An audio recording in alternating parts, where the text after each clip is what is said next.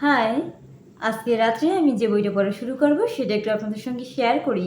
So as a literature student অবশ্যই আমি আপনাদেরকে লিটারেচারের বই দেখাবো এবং আমার ক্ষেত্রে এটা একটা বড় বেনিফিট যে আমার একাডেমিক, নন একাডেমিক ২ জায়গাতেই লিটারেচার রয়েছে।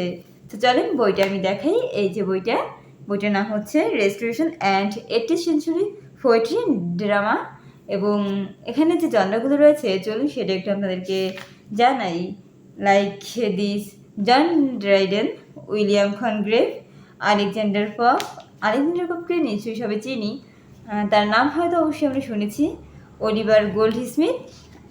সো এই ৪ জন জনরার পড়া আমার ৭ তারিখে এক্সাম রয়েছে। দ্যাটস ওয়াই আমি আজকে থেকে পড়া শুরু করব, কারণ আমি আজকে হচ্ছে এক সাবজেক্টের পরীক্ষা দিয়ে এসেছি।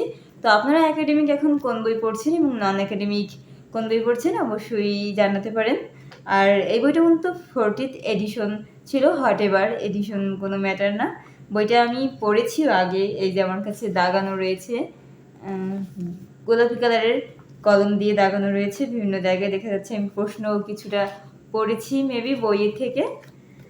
তো আপনাদের পড়াশোনা অবশ্যই শেয়ার করবেন। ভালো থাকবেন সবাই। আল্লাহ হাফেজ সবাইকে।